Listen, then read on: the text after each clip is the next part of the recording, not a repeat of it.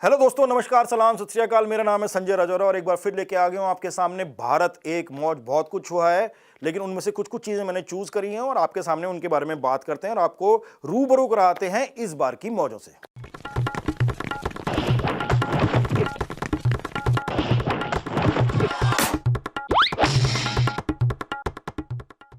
दोस्तों, पेंडेमिक ने दुनिया की ऐसी तैसी करके रखी हुई है और हिंदुस्तान में तो चार मुसीबतें और ऊपर से आ गई है। पेंडेमिक के साथ बंगाल में तूफान आ गया और माइग्रेंट वर्कर्स को अपने घर तक जाने के लिए जो दिक्कतों का सामना करना पड़ रहा है वो कहानी किसी से छुपी नहीं है। किस तरीके से वो जाना चाहते हैं अपने घर पे, लेकिन कोई ना कोई तरीका ढूंढ के सरकारें अड़ंगा लगा रही हैं कि वो ना जा पाए। लेकिन जैसे कि कहते हैं कि हमारे पॉलिटिशियंस की एक खास बात है, वो बहुत कुछ प्रॉमिस करते हैं कि हम ये भी डिलीवर करेंगे, ये भी डिलीवर करेंगे, और क्राइसिस को तो खास तौर पे अपॉर्चुनिटी में कन्वर्ट करने के लिए मशहूर है, खास तौर पे ये सरकार। गुजरातियों आवो मुख्यमंत्री विजयभाई ना अभियान हूं पण कोरोना वॉरियर में जोड़ाइए। गुजरात के चीफ मिनिस्टर साहब को ही ले लीजिए, मिस्टर रूपानी। उन्होंने कुछ टाइम पहले ये अनाउंस किया था कि गुजरात में ही लोकल लोगों ने, वहीं के उनके आसपास बैठे हुए लोगों ने जो है वेंटिलेटर्स डेवलप कर दिए हैं और वो वेंटिलेटर जो हैं बहुत ही बढ़िया है, बहुत ही सस्ते हैं और वो गुजरात में पेशेंट्स पे यूज भी हो रहे हैं। और उन्होंने बोला कि सुबह से पेशेंट्स पे इस्तेमाल हो रहे हैं। मुझे खुशी है कि वेंटिलेटर बनाने में भी गुजरात में हमारे लोकल इंडस्ट्रियलिस्ट कामयाब हुए हैं।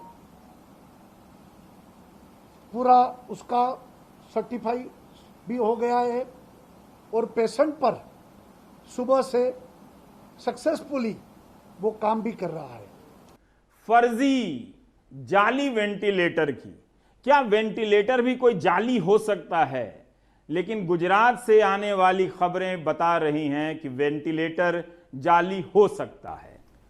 अब जाके पता चला है कि वो तो एक्चुअली वेंटिलेटर थे ही नहीं हैं और वो उन्होंने झूठ बोल दिया वहां पे कि वो वेंटिलेटर है। और पेशेंट्स पे टेस्ट नहीं, सिर्फ एक पेशेंट पे उसको टेस्ट किया था, फ्लाउटिंग ऑल द रूल्स जो किसी भी इक्विपमेंट को कमीशन करने में लगाए जाते हैं। तो फिर जैसे कि हम अच्छे दिन का वेट कर रहे हैं, वैसे ही वेंटिलेटर का भी वेट कर रहे हैं। जैसे हम नौकरियों का वेट कर रहे हैं, वैसे हम वेंटिलेटर का भी वेट कर रहे हैं। लेकिन इस कहानी से हमें, मुझे नोएडा की वो कहानी याद आ गई। Again an example of how we convert a crisis into an opportunity. जैसे ही पेंडेमिक फूटा, लोगों को हैंड सैनिटाइजर की कीमत समझ में आई और नोएडा में किसी एंटरप्रेन्योर ने क्या किया, नकली हैंड सैनिटाइजर बनाने की एक फैक्ट्री लगा दी। इस बात में और वेंटिलेटर वाली कहानी में कोई फर्क नजर नहीं आता है। जैसी प्रजा वैसे नेता।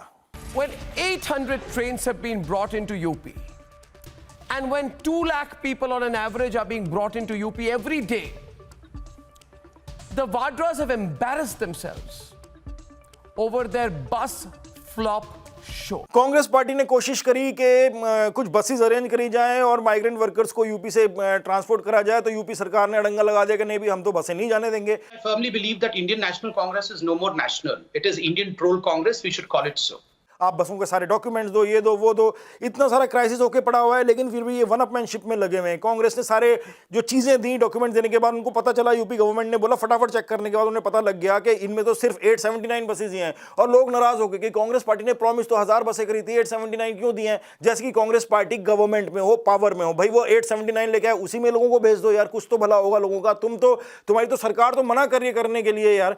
और आप इस बात पे, आप बीजेपी के सपोर्टर्स इस बात पे कह रहे हैं कि प्रॉमिस तो 1000 किया था, दी 879 है। भैया प्रॉमिस तो 15 लाख भी हुए तो मिला तो एक भी नहीं। Don't be an anti-national. Don't be an anti-national. Don't be an anti-national. दोस्तों, आज के हिंदुस्तान की शक्ल सूरत कैसी होगी, इस घटना से बेहतर कुछ नहीं बता सकता। कुछ महीने पहले मध्य प्रदेश पुलिस ने मूड में आके एक वकील साहब को कूट दिया। मेरे साथ मारपीट की घटना इसलिए हुई कि ये पुलिस अधिकारी मुझे बताते हैं कि वकील साहब आपकी दाढ़ी बड़ी थी इसलिए आपको मार दिया। असल में वो आपको मुसलमान समझ रहे थे। वकील साहब ने कंप्लेन कर दी। अब पुलिस वाले उनसे माफी मांग रहे हैं और बोल रहे हैं कि भाई हमने गलती से कूटा। पुलिस वालों की गलती क्या थी? क्योंकि वकील साहब की एक दाढ़ी थी, पुलिस वालों ने सोचा कि ये मुसलमान है और जिस पुलिस वाले ने इनको पीटा है वो बहुत ही कट्टर हिंदू है। जब भी किसी मसले में किसी मुसलमान को पकड़ता है उसकी जम के पिलाई करता है। समझ गए जी, गड़बड़ तो क्या आप कह रहे हो मुसलमान समझ के मार दिया मुझे? हाँ, वो घटना हुई क्योंकि वो हाँ, दाढ़ी तो मेरी कब से बड़ी है, कभी कटी नहीं है। वो इस कारण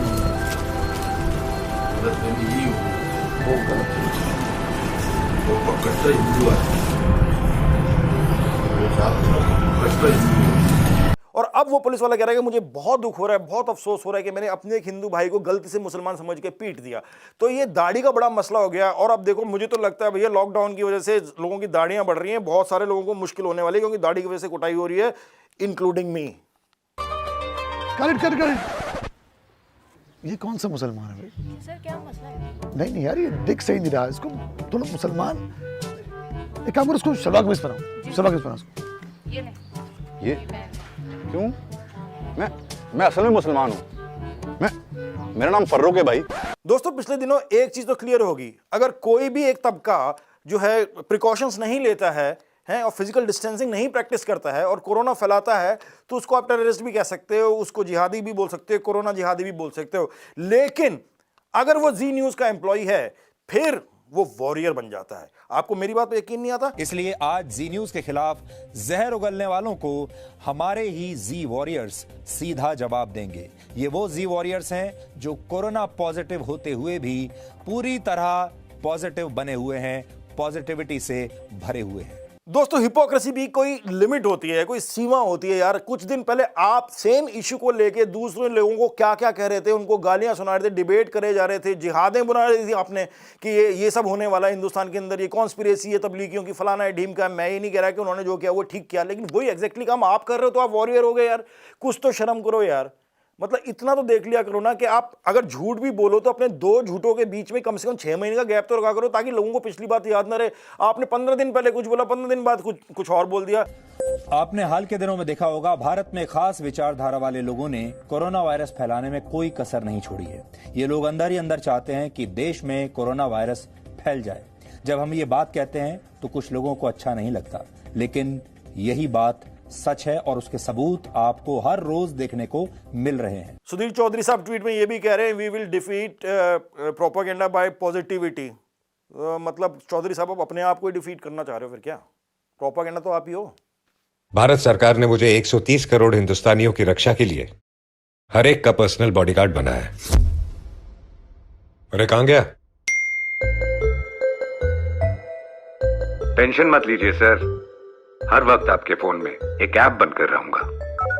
इस मोबाइल के अंदर क्या छुपा रखा है? सुबह से क्यों मोबाइल दिखा रहे हैं? बैठ जाइए। दोस्तों, आपके पास स्मार्टफोन होने बहुत जरूरी है और स्मार्टफोन पे आरोग्य सेतु ऐप होना बहुत जरूरी है। लेकिन बड़े बड़े एक्सपर्ट्स ने ये बोला, इंडिया में ही नहीं, इंडिया के बाहर भी ये बोला है कि ये तो जबरदस्ती का ऐप है जो गवर्नमेंट आपकी प्राइवेसी में इन्वेजन कर रही है, आपका डेटा उठा रही है। गवर्नमेंट कह रही है हम ऐसा कुछ नहीं कर रहे, लेकिन सब जानते हैं गवर्नमेंट जो कहती है उसको उल्टा ही करती होती है बेसिकली पब्लिक को लेके। तो आरोग्य सेतु ऐप आपके फोन पे होना जरूरी हो गया, उसके बिना आप कहीं घुस नहीं सकते। पुलिस भी कई बार आपसे चेक करके आपको पीटने भी लग जाती है कि भाई आरोग्य सेतु ऐप क्यों नहीं है, स्मार्टफोन क्यों नहीं है आपके पास। तो देखिए मकसद क्या है इस ऐप को इस्तेमाल करने के लिए। आपको हमेशा अपना लोकेशन जो है वो ऑन रखना है, ब्लूटूथ ऑन रखना है। But many experts are saying कि प्राइवेसी में इन्वेजन है, प्राइवेसी का बहुत इशू है, डेटा सारा गवर्नमेंट के पास जाएगा। And lot of Indians are not concerned at all. They are saying Aarogya Setu app बहुत अच्छा है, इससे मेरा बड़ा फायदा हुआ है, वो डाउनलोड करे ही जा रहे हैं। देन आई रियलाइज कि इनको प्राइवेसी की क्या प्रॉब्लम है।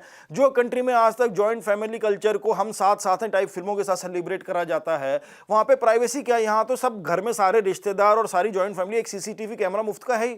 हमें प्राइवेसी की क्या प्रॉब्लम है? We are not used to privacy. ये तो वेस्ट का कॉन्सेप्ट है प्राइवेसी वाइवेसी, हमारे यहाँ सब कुछ नहीं होता ना। नो प्राइवेसी, दरवाजा खोल के रखो। संयुक्त परिवार तब तक टिका रहेगा जब तक व्यक्ति के हृदय में उदारता और सहिष्णुता जैसे गुण हो। हमारे मन में उदार होना चाहिए, हम एक दूसरे की बातों को इग्नोर कर सकें और सहिष्णुता की भावना मन में आनी चाहिए। हम जितना बन सके हम सहन कर सके। तो दोस्तों, ये था इस बार का भारत एक मौज। उम्मीद करता हूँ आपको थोड़ा बहुत मजा आया होगा, ज्यादा की तो मैं उम्मीद नहीं करता हूँ, क्योंकि हालात ऐसे नहीं है, मुझे खुद मजे नहीं आते हैं, लेकिन आपको थोड़ा बहुत तो आया होगा। अगले एपिसोड का वेट कीजिए और तब तक जो मौजें हैं इस प्रोग्राम के बाहर लेते रहिए।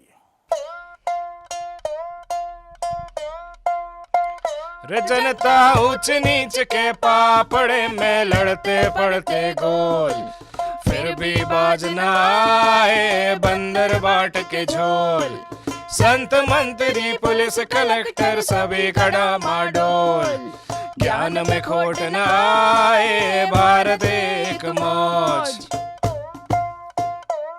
रे पीटी उसा पीछे छोड़े मलिया मोदी मेल, चौकीदार जो दिन में सो गया बन गए देश की रेल। अरे चटनी एक ऐसी भैया स्वाद सभी सभी रोल, मजे में फिर भी ले चटकारे, भारत एक मौज।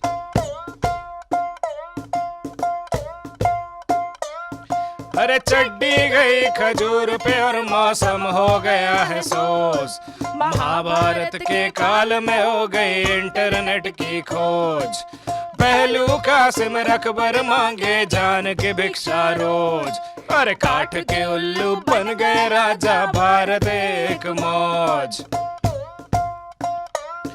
अरे मन की बात करे हर संडे बिना किसी के रोक, आम नागरिक कुछ भी बोले, लो आ गई जन कीड़ों की फौज। अब देश में पढ़ना लिखना हो गया टैक्स पेयर पे बोझ, पर कावड़ियों पे फूल की चादर, भारत एक मौज, अरे भारत एक मौज, अरे भारत एक मौज, अरे भारत एक मौज, अरे भारत एक मौज। अरे